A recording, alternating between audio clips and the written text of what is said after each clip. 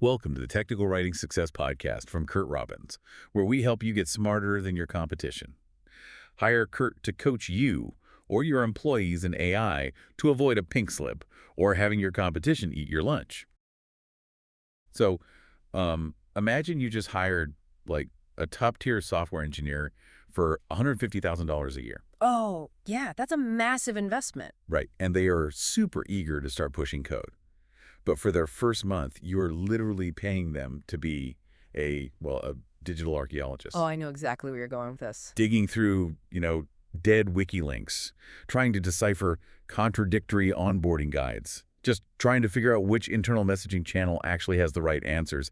It's totally chaotic. And that exact scenario is playing out in almost every enterprise right now. I mean, we are looking at a piece by Will Kelly today published on LinkedIn. That was on May 12, 2026, right? Yeah, May 12th. Is titled The Content Ops Maturity Trap: Why Good Enough Documentation is a Growth Ceiling. Got it. So our mission for this episode is to uncover this invisible organizational ceiling, this documentation stagnation. Exactly. But before we get into the stagnation part, we should probably clarify the core concept. Kelly keeps referring to content ops, content operations. Right, because for someone listening who assumes that just means like writing documents, what is the actual difference? That is a really good distinction. Writing a document is just a single action. Content operations is the entire life cycle. The whole system built around it. Exactly. It is the strategy of how content is requested, created, reviewed, updated. So when we talk about content ops maturity, we are looking at how systematically a company manages that entire life cycle. Okay, so the problem Kelly highlights isn't like a lack of documents. He argues most enterprises don't have a massive, obvious documentation crisis. Right. It is more of an illusion. To the naked eye, everything seems functional. The company Confluence is packed with pages. Support tickets eventually get resolved. Sales close. But underneath, it's what we might call functional, but messy. Yeah, like a messy garage. The messy garage is a perfect way to visualize it. I mean, you can technically still pull your car into a messy garage, so you consider the structure functional. Sure, technically it works. But the moment you need to find the jumper cables, you're digging through like unlabeled dusty boxes for an hour. Right. I am stuck on something here, though. If the garage still fits the car, and your company is still closing sales and shipping product, why wouldn't leadership just leave it alone? That is the pushback everyone gives. Because, why dedicate limited budget to organizing the metaphorical jumper cables when there are bigger, more immediate fires to fight? Well, because of a concept Kelly calls the drag coefficient on organizational velocity. The drag coefficient. Yeah. In physics, drag forces an engine to work much harder to maintain its current speed. In a business, functional but messy documentation doesn't bring the company to a dead stop. It just quietly taxes every single department. Exactly. And it compounds over time. So what does that tax actually look like in day-to-day operations for you? Kelly breaks it down into three major costs. The first is what you touched on with your new engineer scenario: slow onboarding. Oh, right. The digital archaeologist. Yes. New hires spend their first 90 days trying to reconstruct tribal knowledge, Yeah. the critical information that lives exclusively in veteran employees' heads instead of in a formal system. Which is incredibly frustrating for everyone involved.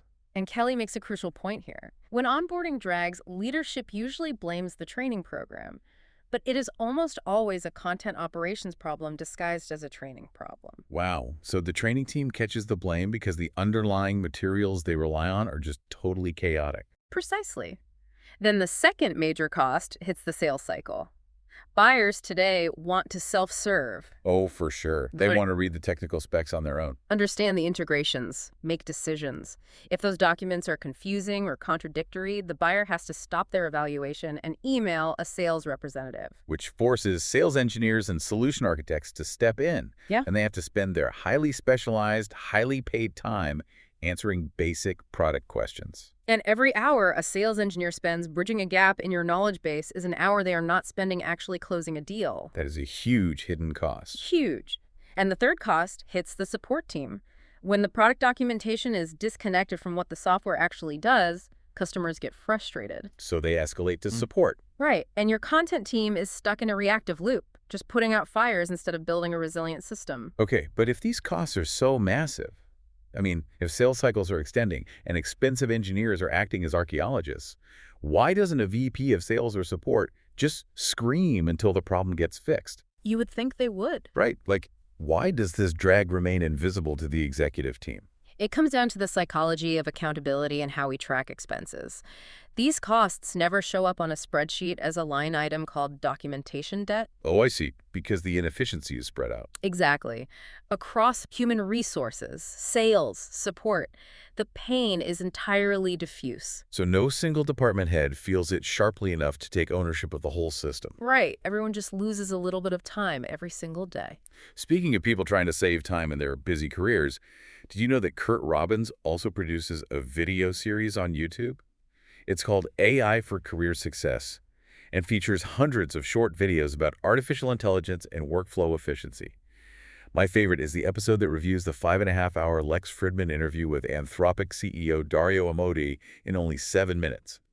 It's for busy professionals like us. And, time is exactly what is at stake here. The irony is, when companies finally realize how much time they are losing to bad documentation, their first instinct is usually to buy a shiny new software tool. Oh, always. They think migrating from an old wiki to a new SharePoint instance will magically organize the garage. But Kelly argues that doesn't work at all. Why wouldn't a better search algorithm or a cleaner interface solve the problem? I mean, it seems like a logical fix. Because the software was never the root cause. Oh, really? Yeah, Kelly points out that without fixing the underlying structure, you just end up with a more sophisticated platform that is still functionally unusable. A very expensive, messy garage. Exactly. The real illness is the governance gap. Okay, let's unpack the mechanics of this governance gap. What does governance actually mean in a practical sense? It is less like installing better plumbing and more like managing a city's road system. Okay, I am listening. If a city lets anyone pave a new driveway directly onto a major highway whenever they feel like it, traffic will come to a dead stop. You need zoning laws. Right, zoning laws. In content ops, governance is your zoning laws. It means having a named owner for documentation quality, a defined update cycle, and an enforcement mechanism. So documentation by default is what happens without those zoning laws. Exactly. Someone has a spare hour on a Friday, so they read a quick guide, dump it into the wiki, and literally never look at it again. And it stays there for 5 years, confusing everyone who reads it. Wow. To fix this, organizations have to shift their mindset. They must stop treating content operations as an overhead administrative task and start treating it as core infrastructure. But how does a company actually accomplish that? When Kelly talks about giving content standards teeth, what is the mechanical reality of that enforcement? Giving standards teeth means tying document accuracy directly to performance metrics. Like actual performance reviews? Yes. It means building automated expiration dates into your internal pages, so they automatically unpublish or flag themselves if the named owner hasn't verified them in, say, 90 days. Oh, that makes a lot of sense. It also means update cycles are strictly tied to product release rhythms. You literally cannot ship a new software feature unless the documentation update is approved alongside the code. That brings us to Kelly's 5-stage maturity model. So if stage 1 is ad hoc, meaning no process and no ownership, and stage 5 is optimized, where everything is automated and tied to business metrics, what do the middle stages look like? Well, stage 2 and 3 are where most enterprises get stuck. Stuck how? They are reactive and only partially governed. So you might have one specific team, maybe engineering, that keeps their own documents pristine. Right, engineering's usually pretty good about that. But the moment you cross over into marketing or HR, it is a lawless wasteland. A completely different story. Moving to stage 4 requires centralizing that strategy. It means standardizing those zoning laws across all departments, implementing continuous audits so the entire company speaks the same language.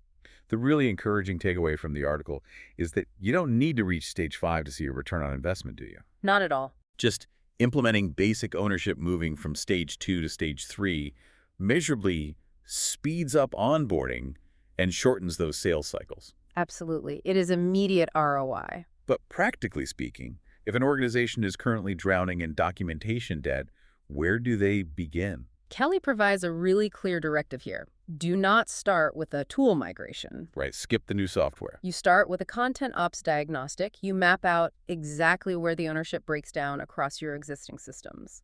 So you have to ask the hard questions. Who specifically owns this knowledge base? What does the word current actually mean for our documents? Yes. Are we verifying them monthly, yearly? How are we measuring if the sales team actually finds this material useful? If you don't answer those fundamental governance questions first, any new tool is just going to be another messy garage with a fresh coat of paint. That is a great way to put it. The organizations that figure this out are the ones that stop treading water and start scaling. It really changes how you view those daily friction points. When you are searching for a basic form for 20 minutes, you aren't just dealing with a bad search bar. No, you are experiencing a systemic structural failure. It is a symptom of a much larger illness. And there is a looming complication that makes solving this more urgent than ever. Which is? Think about the rise of enterprise AI. Companies are rushing to deploy internal AI agents to answer employee questions and boost efficiency. Oh, wow. Yeah, I can see where this is going. But what happens when an AI trains on your company's internal data? If your documentation is a mess for humans, imagine the absolute chaos when an AI starts confidently hallucinating answers based on contradictory style guides from 2021. That is terrifying, just automating the chaos. Thank you for listening to the Technical Writing Success Podcast from Curt Robbins, where we help you get smarter than your competition. Hire us to coach you and your employees in AI to future-proof your career or company.